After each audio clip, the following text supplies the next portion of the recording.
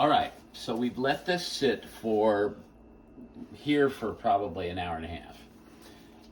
And if you'll look, if you'll get close, even though this cellophane is on it, you can look. Watch when I press it and it comes right back up. That means that it's kind of ready. That means that the glutens are here and blah, blah, blah. So anyway, so what we're going to do is we're going to open this up, save this cellophane because you're going to need it. We're going to put a little bit of cornmeal down here, and I told you about the cornmeal the other day as opposed to the flour. So the cornmeal is going to keep it from sticking, and if you add more flour to the surface here, it's just flour on damp dough, and that's just going to gum it up. So we don't do that. We learned that in Mexico. So what we're going to do is we're going to push this down a little bit, and I'm going to divide it in half. And this is my very favorite kitchen tool right here, and I know you have one, you showed it to me, is the bench scraper. So I'm literally just going to cut this in half. This freezes really well, and I will use this another time. And believe it or not, this can feed like 4 or 5 people for what we're going to do. So what I'm going to do is I'm going to take this and I'm going to cut it into thirds. 1, 2, so I've got 3 pieces here. They don't necessarily have to be even, but 3 pieces works really well, okay? And again, like I said, we're going to take and we're going to keep those in cellophane. Now we're going to take this one piece, and I'm only going to show you just this one piece, and it's going to be the same thing for everything. So what we're going to do is we're going to flatten this out a bit. And then what I'm going to do is make almost a square, a rectangle, something like that. It does not have to be perfect. Okay? So I've gone from what we had here in this triangle to this. All right? So now, I have my machine set up already. Mine is different from yours. I have the single, you have everything in one. I have to put on one for each one. So this is my version of your middle dough maker. Again, on 2, you're going to put it on number 2. And what's going to happen is, and make sure that this is on 1, which is hard to see on here. But you know it, we were talking about it yesterday. Yours goes from 1 to 9, mine goes from 1 to 9. Make sure it starts on number 1. And what we're going to do is we're going to feed this dough into this. This is the most important thing of the entire dough making process when we do this. So we're going to do that. Now that's what happened already. What we're going to do now is put this in thirds, and we're going to do it again. And we're going to do this one more time. We will not do this whole process on every single one. But this third thing thins it out, sort of kneads it again, and gets the dough where we need. Now, if you look, the dough is either this way or this way, one of the two. I prefer to put it in the long fat side rather than this side. So I'm going to put it in this way, and that way I can control how big and how wide the dough is going to be. And I'm going to just do it one time through, one more, just regular, okay?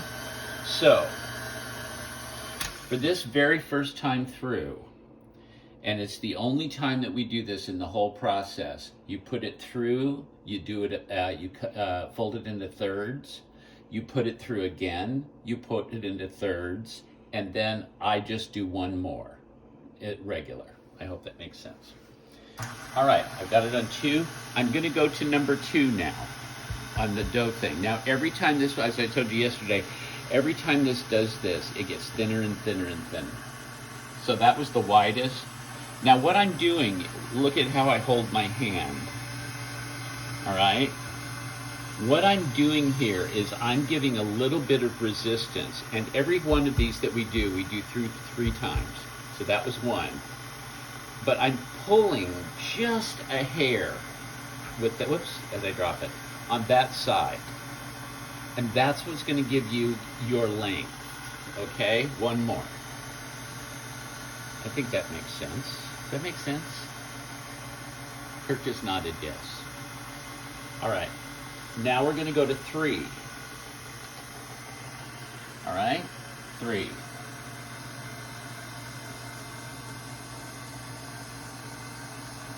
And like I said yesterday, you'll notice it's stretching the first 2, 3. When you get to 4, and all of a sudden your arms won't be long enough. All right, so this is 2 times through 2 through on number 2.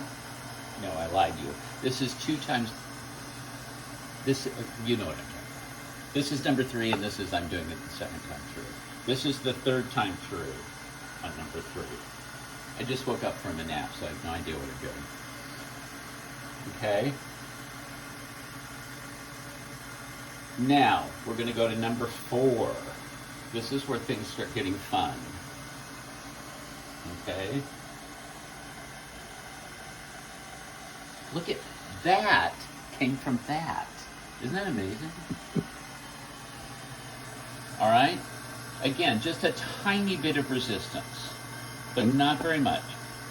And like I said yesterday, we're going to go to number 5, but we're only going to put it through 1 time on number 5. So we have 3 times through, 1 through 4, and then on 5 we'll only do once. Don't worry about it. Notice how it's thin on one side. It's all thick and thin. Don't worry about that. This is 2. The second time through, it's like 2.5, 3 feet long now. I worry that your arms aren't going to be long enough, so he's going to have to help you. Okay, one more. If it goes any higher than 2, it will be too fast. Actually, is this on 2? That's 2. It will be too fast. Anything higher than this will be too fast to control. So that's why you only want to know 2. Okay, so I'm going to do number 5 is the next one, and I'm only going to do it 1 time through for lasagna noodles. When you're making any other kind of noodles, like you have ravioli, or not ravioli, what do you have? You have fettuccine and spaghetti. Read the directions to find out. Usually you'll do all the way to maybe 6 on those. Now this is number 5, and like I said, I'm only doing it 1 time through. I want the lasagna to be a little bit thicker than normal, than a spaghetti, because it needs to hold up with all the sauces that are going onto it, and it's the base of your meal. So, look at that. Isn't that ridiculous? So what I'm going to do now, let's turn this guy off. What I'm going to do now is I am just going to cut it into 4 sections. And I'm not measuring it at all. I don't tend to measure very well, so I just don't measure. 1, 2,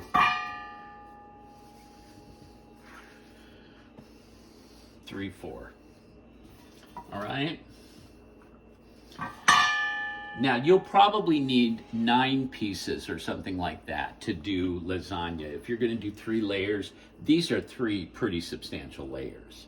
If you'll see the width of them. These are going to be much wider than your pan will be, so you'll probably shingle them over a little bit. And the weird ones that are like this with the kind of skinny ends, these can be used on the sides or any kind of filler. All right, that's basically it. And then what I do is just put a little bit more cornmeal on top of it and make your lasagna. You do not have to boil this. It goes right in the pan raw like this. And when you eat it, it will be so good. It'll be so good. I'm so excited.